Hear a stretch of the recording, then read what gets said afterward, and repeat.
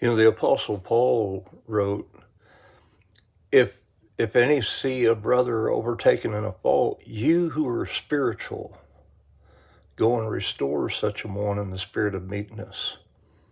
It's talking about gentleness.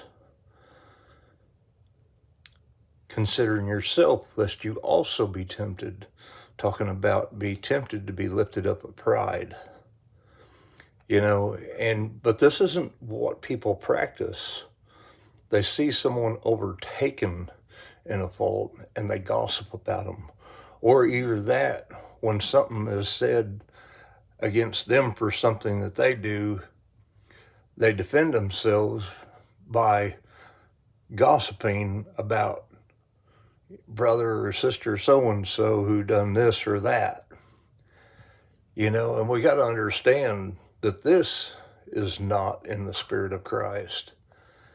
There's people that run around calling themselves sinners, or they don't follow that practice.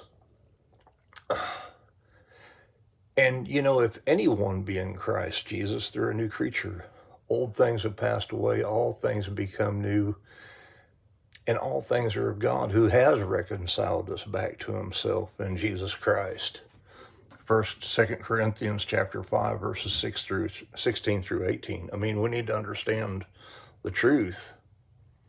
Whatsoever is not of faith is sin.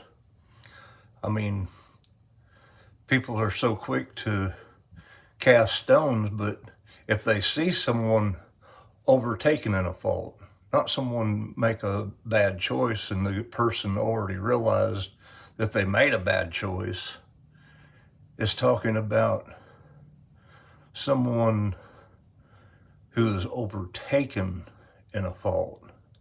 You who are spiritual, not some babe in Christ that thinks he's more than what he is and goes with some puffed up attitude.